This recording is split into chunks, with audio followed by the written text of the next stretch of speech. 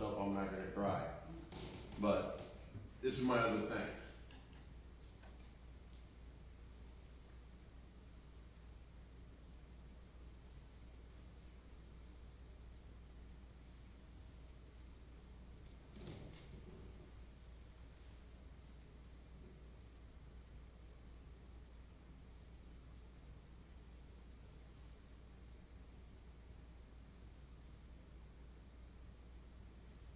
Jessie had a lot of medical conditions, and we'd sit in the hospital together, and we were talking about clapping on the offhand, and we were talking about you can't do grits without butter. He didn't say butter, he said butter. He said you gotta have butter on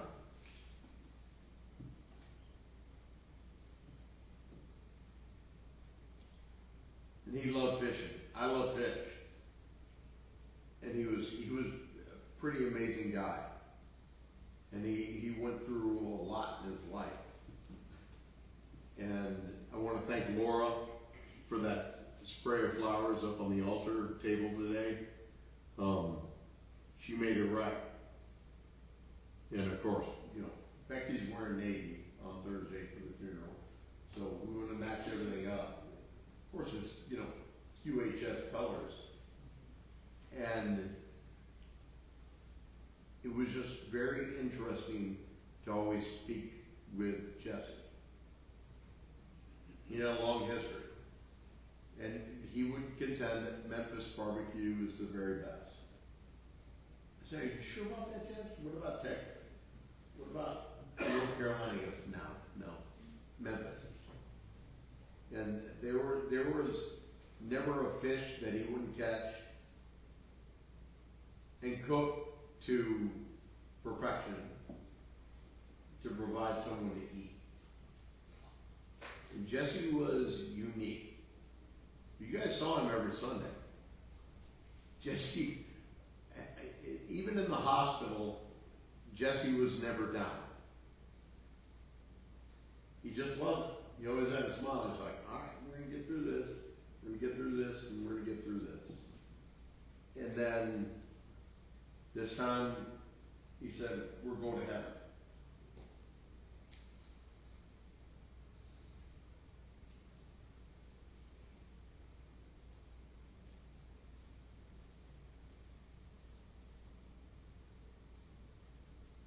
And I watched his darling wife, Rebecca.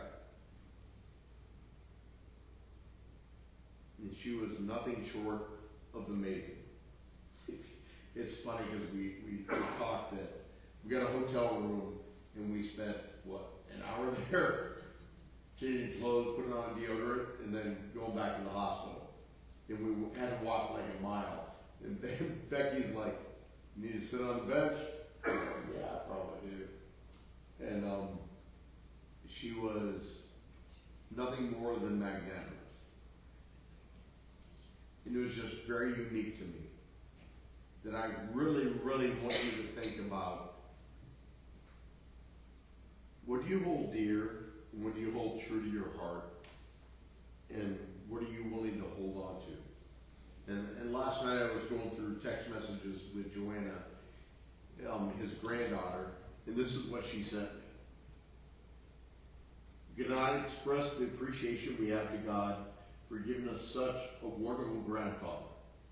As grandchildren, we knew him as a man of quiet strength, endless patience, and strong faith. Though he was a man of few words,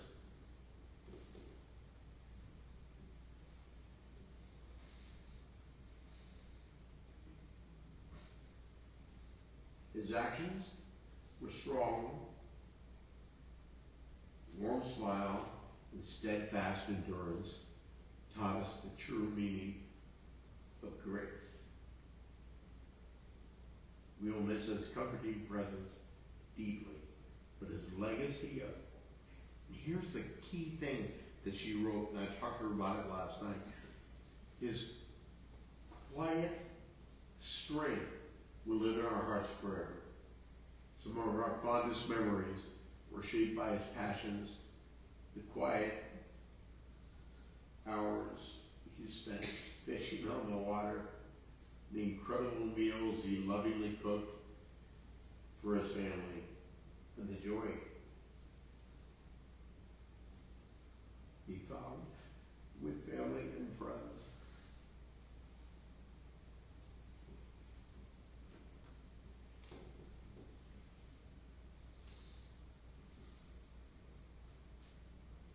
I love that guy. I know Becky loved him even more. But did anybody ever see Jessie frown? I have never seen him frown. We've been in the hospital together, I don't know how many times, and I never, ever saw him frown. Moreover, when I said, hey, just let me pray for you, and I told you the story. I mean, we talked about grits, barbecue, whatever, but when it came prayer time, I was like, Jessie, I'm going to pray for you. He's like, got it. And every time afterwards, and I've never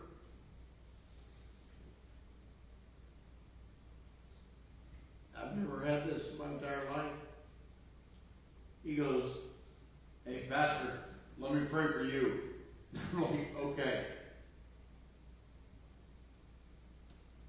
In the power of his prayer, let me go out of there encouraged, strengthened, and blessed. So I think what I believe Jessie would want me to tell you guys is that don't waste a second. Don't waste a single second in what you do for those who you love. And Jessie, I think Jessie didn't tell us everything. I don't think he told us how he was hurting. I don't think he told us his pain. And Becky, I know you love that guy. After everything you did, and all the work you put in, and all the stuff that no one knows.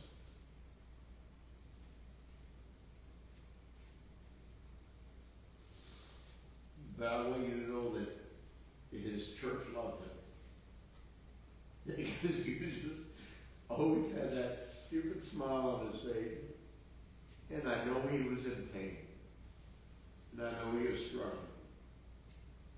But he had that stupid smile on his face. And I don't even know if I can do this song. Because I'll just cry for it. The thing is, Jessie knew where he was going.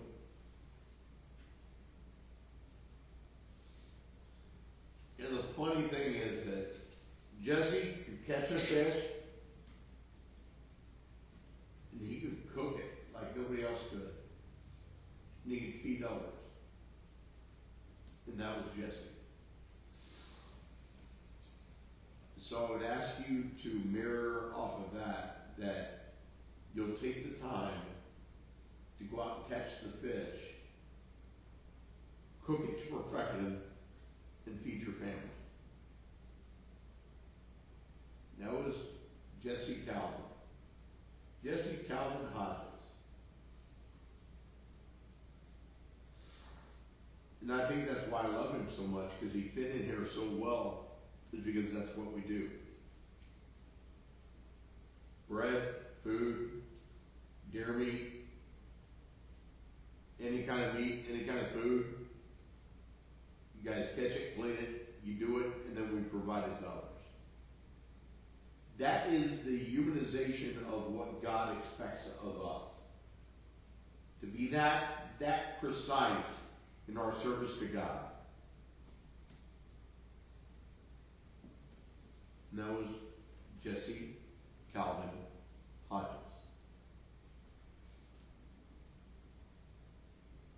I want to miss him. And if you didn't get a chance during greetings to know someone, that's on you. Get to know who they are. For me, Jessie is as much as a hero as anybody else in here.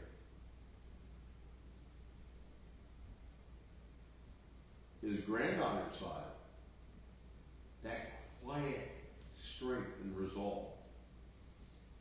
He's just like, I got this. And he did. He was a smart, very, very, very smart man. You know why? Because he married Rebecca. That made him a smart man.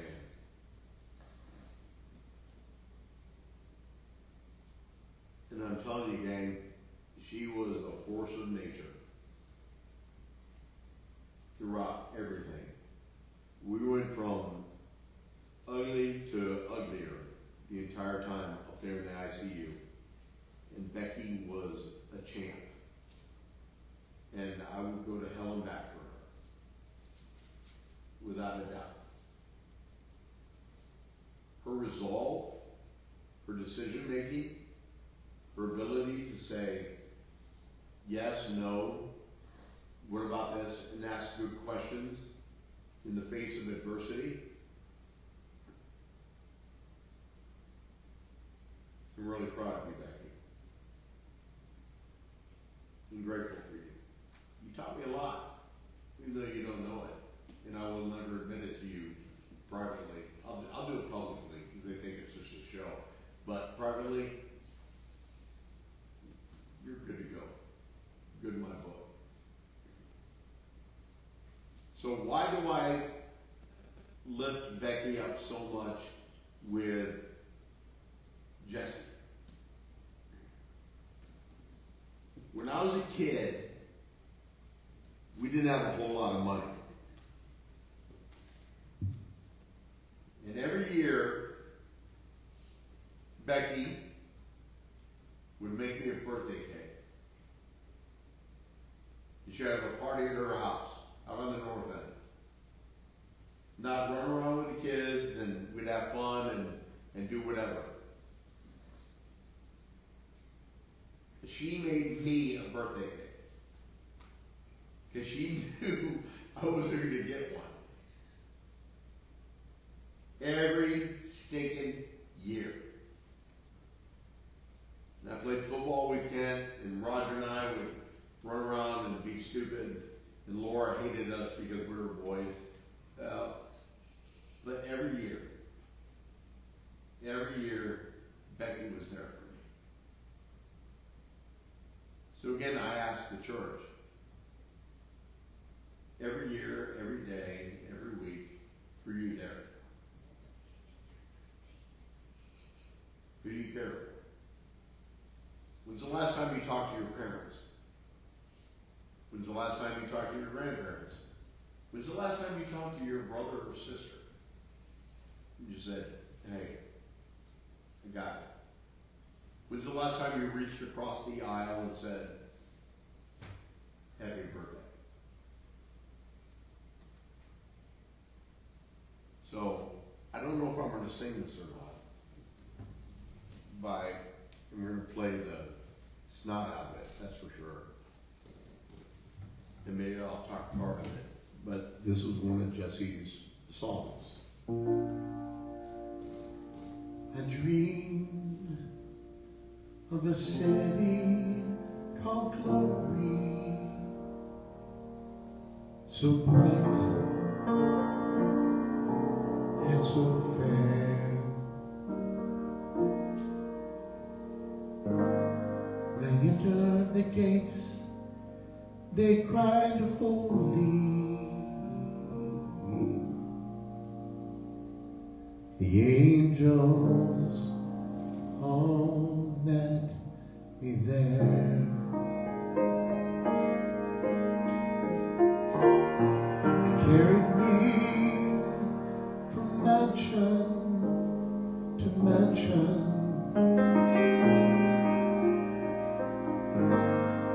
And all the sights I saw,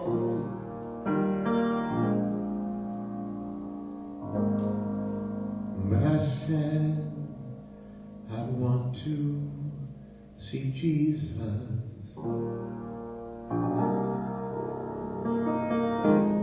one who died for us all. And I bowed on my knees and cried, holy, holy, holy. Then I clapped on my hands and sang glory, glory to the Son of God, glory to the Son of God. As I entered the gates of that city, oh, my loved ones, they all knew me well. They took me down to the streets of heaven. The sea is too many to tell. I saw Abraham, Jacob, and Isaac, oh, and Mark, Timothy. But I said, I want to see Jesus, the one who died for me. And I bowed on my knees and cried, holy, holy, holy. I clapped my hands and sang glory, glory, glory, glory. I clapped my hands and sang glory, glory, the Son of